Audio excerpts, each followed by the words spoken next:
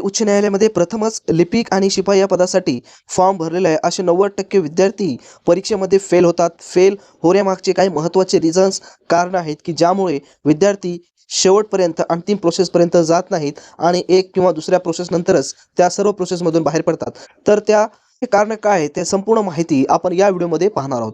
मित्रांनो, तुम्ही जर नवीन असाल आणि तुम्ही फर्स्ट टाईमलाच या ठिकाणी लिपिक आणि शिपाई या पदासाठी जर फॉर्म भरलेला असेल, तर हा व्हिडिओ मात्र तुमच्यासाठी अत्यंत महत्त्वाचा ठरणार आहे. तर या व्हिडिओमध्ये आपण पाहणार आहोत, की नेमकं लिपिक आणि शिपाई या पदासाठी अंतिम स्टेजपर्यंत जाण्यासाठी सिलेक्शन यादीमध्ये नावं आपलं येण्यासाठी काय गोष्टी आपल्याला करावे लागतील, याची संपूर्ण माहिती आपण या ठिकाणी पाहणार आहोत. तुम्ही जर नवीन असाल तर आपल्या चॅनलला सबस्क्राईब करा. तर मित्रांनो, सर्वात महत्त्वाची गोष्ट म्हणजे आता सुरुवातीला आपण पाहूया, तुम्ही जर मित्रांनो शिपाई या पदाचं अर्ज जर तुम्ही दाखल केलेला असेल किंवा फॉर्म भरलेला असेल, तर यामध्ये बरेच विद्यार्थी लेखी परीक्षेला नॉर्मल घेत असतात. कारण 7वी पास या ठिकाणी पेपर असल्यामुळं, म्हणजेच 7वी बेसिकवर लेवल असल्यामुळे पेपरचा या ठिकाणी त्यांना माहीत असते जास्त हार्ड प्रश्न या ठिकाणी येणार नाहीत. तर बरोबर आहे तुमचं, या ठिकाणी जास्त हार्ड प्रश्न तर येत नाहीत मुंबई उच्च न्यायालयामध्ये, परंतु काही प्रश्न असे असतात की ते तुम्हाला या ठिकाणी कन्फ्युजन करत असतात.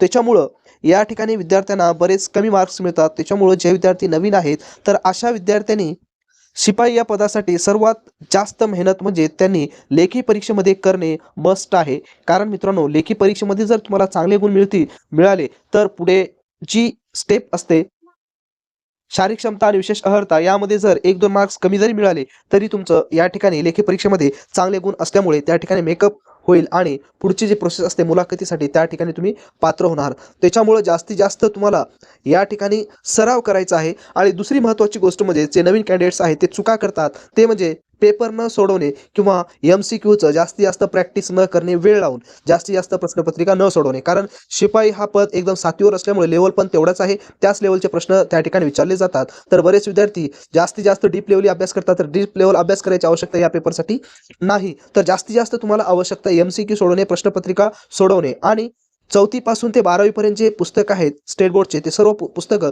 तुम्ही वाचून काढणे किंवा काही प्रश्न असतील MCQ ॲज इट इज पाठ करणे, एवढंच तुम्हाला या ठिकाणी करायचं आहे. तर सर्वात महत्त्वाची गोष्ट सांगायची म्हणजेच विद्यार्थी चुका करतात ते म्हणजेच टेस्ट सिरीज सोडवत नाहीत, प्रश्नपत्रिका सोडत नाहीत, ऑफलाईन असेल किंवा ऑनलाईन. तर हे मस्ट आहे, टेस्ट सिरीज सोडवणे, तुम्हाला पॅटर्न समजून घेणे. तर यासाठी तुम्हाला खास आम्ही टेस्ट सिरीज तयार केलेले मित्रांनो, ऑनलाईन असेल की ऑफलाईन, दोन्ही टेस्ट सिरीज आपल्याजवळ अवेलेबल आहेत. तुम्ही दोन्हीचं त्या ठिकाणी चांगल्या प्रकारे तयारी करू शकता. दोन्हीची लिंक वेगवेगळ्या दिलेल्या आहेत डिस्क्रिप्शन बॉक्समध्ये.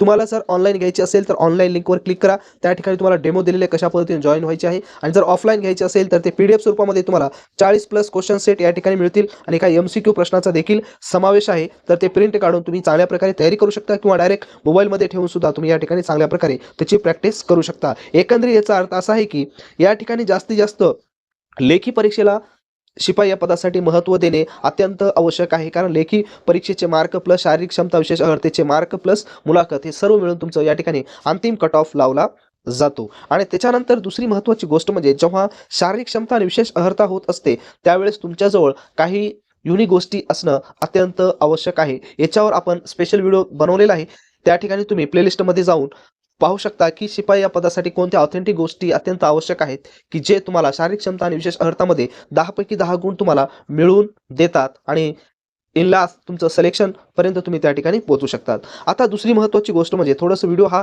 लेंदी होत आहे. लेंदी जरी झाला तरी तुमच्या अत्यंत कामासाठी हा व्हिडिओ तुम्हाला येणार आहे. तर आपण या ठिकाणी चर्चा करूया आता लिपिक या पदासाठी. आता जे नवीन विद्यार्थी या ठिकाणी फॉर्म भरलेले आहेत, जे जुने आहेत, त्यांना सर्व प्रोसेस या ठिकाणी A to Z माहीत आहे, की कोणत्या स्टेपला एक जरी चूक केली तर तुम्ही या ठिकाणी बाहेर पडू शकता. तर लिपिक या पदाचं असं आहे की तुम्हाला लेखी परीक्षेसोबतच या ठिकाणी टायपिंगची देखील तुम्हाला तयारी करावी लागते.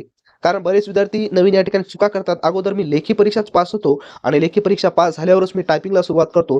तर सर्वात मोठी चूक आहे की तुम्हाला लेखी परीक्षेसोबत टायपिंगची देखील तयारी करायची आहे. आणि दुसरी महत्त्वाची चूक आहे की योग्य फॉर्मॅटमध्ये तुम्हाला टायपिंगची प्लस लेखी परीक्षेची ऑथेंटिक तयारी करायची आहे. तुम्ही या ठिकाणी कंटेंट्स सोडून देता, दुसरेच कंटेंट या ठिकाणी वाचायला सुरुवात करतात किंवा टायपिंगचे पॅसेज दुसरे तुम्ही टाईप करता आणि त्याच पद्धतीनं व्यवस्थित मॅनेजमेंट न करता तुम्ही या ठिकाणी टायपिंगचे पॅसेज टाईप करता.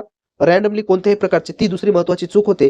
त्याच्यामुळं टायपिंगचं तुम्हाला एकतर ॲक्युरेसी वाढत नाही, त्याच्यानंतर स्पीडसुद्धा वाढत नाही, मार्क चांगल्या प्रकारे मिळत नाही. लेखी परीक्षेमध्ये सुद्धा त्याच प्रकारची कंडिशन होऊन जाते. म्हणून तुम्हाला या ठिकाणी लेखी परीक्षेची सुद्धा तेवढीच तयारी करायची आहे, सोबत टायपिंगची सुद्धा तुम्हाला तेवढीच तयारी करायची आहे. तरच तुम्ही पुढच्या प्रोसेससाठी या ठिकाणी पात्र होऊ शकता. लेखी परीक्षेमध्ये सुद्धा तुम्हाला चांगल्या प्रकारचे गुण घ्यायचे, टायपिंगमध्ये सुद्धा तेवढेच घ्यायचे. म्हणून तुम्हाला दोन्हीची सुरुवात सोबतच तेवढ्याच क्षमतेने तुम्हाला करावी लागणार आहे. त्याच्यामुळे जे नवीन कॅन्डिडेट्स आहेत त्यांनी टायपिंगला आतापासूनच सुरुवात करा.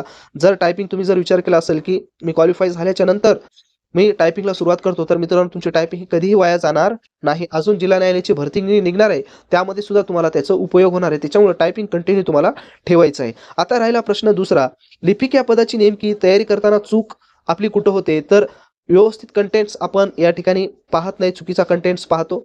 त्याच्यामुळं तिथं जास्त खोटी मेहनत आपली होते आणि मेहनत जास्त जरी झाली तरी आपल्याला गुण त्या ठिकाणी मिळत नाहीत. सेम टायपिंगमध्ये सुद्धा त्याच प्रकारचे होतो. तर ही चूक तुमच्याकडून होऊ नये आणि जास्तीत जास्त चांगले गुण मिळावं हा आपण उद्देश ठेवून काही कंटेंट्स आपण ऑथेंटिक तयार केलेले आहे. सर्वात महत्त्वाचं म्हणजे लिपिक या पदाची आणि शिपाई या पदाची एकत्रित जर तुम्ही तयारी करत असाल तर तुमच्यासाठी खास आपण कॉम्बो पॅक या ठिकाणी तयार केलेला आहे मित्रांनो. या कॉम्बो पॅक्समध्ये तुम्हाला लिपिक आणि शिपाई या पदाचं सर्व कंटेंट्स तुम्हाला या ठिकाणी मिळणार आहे. यामध्ये तुम्हाला 40 प्लस क्वेश्चन पत्रिकाचा सेट मिळणार आहे. त्याच्यानंतर कम्प्युटरचे 2,500 प्लस प्रश्नाचं ई बुक्स प्लस 500 प्रश्नाचं ई बुक त्या ठिकाणी मिळणार आहे. टायपिंगचे पॅसेज तुम्हाला त्या ठिकाणी मिळणार आहे. शिपाई या पदाचे नोट्स तुम्हाला मिळणार आहेत. एकंदरीत सर्व डाटा तुम्हाला कॉम्बो या पॅकमध्ये मिळणार आहे. त्याच पद्धतीनं जर तुम्हाला वेगवेगळ्या प्रकारचे लिपिक या पदासाठी जर अदर कंटेंट घ्यायचं असेल तर ते कंटेंट सुद्धा सर्व त्या ठिकाणी अवेलेबल आहेत. हे कंटेंट्स घ्या, त्याची PDF काढा किंवा मोबाईलमध्ये तुम्ही चांगल्या प्रकारे सराव करू शकता. जास्तीत जास्त प्रश्नाचा सराव करा, त्याच फॉर्मॅटमध्ये सराव करा. चांगल्या प्रकारे तुम्हाला या ठिकाणी गुण मिळतील आणि स्कोअर देखील आपला चांगला येईल. एकंदरीत इन लास्टमध्ये सांगायचं म्हणलं तर आपल्याला लेखी परीक्षा प्लस टायपिंगची परीक्षा तेवढ्याच जोरदारपणाने तुम्हाला तयारी करावी लागणार आहेत. एवढ्या चुका जर तुम्ही सुरुवातीला टाळल्या तर यश तुमच्या जवळ आलेलं आहे असं समजा. जर तुम्हाला ही माहिती ऑथेंटिक वाटली, आवडली असेल तर लाईक करा, शेअर करा, सबस्क्राईब करा आणि आपल्या टेलिग्राम चॅनलची लिंक सुद्धा डिस्क्रिप्शन बॉक्समध्ये दिलेली आहे, त्या चॅनलला देखील तुम्ही सबस्क्राईब करा.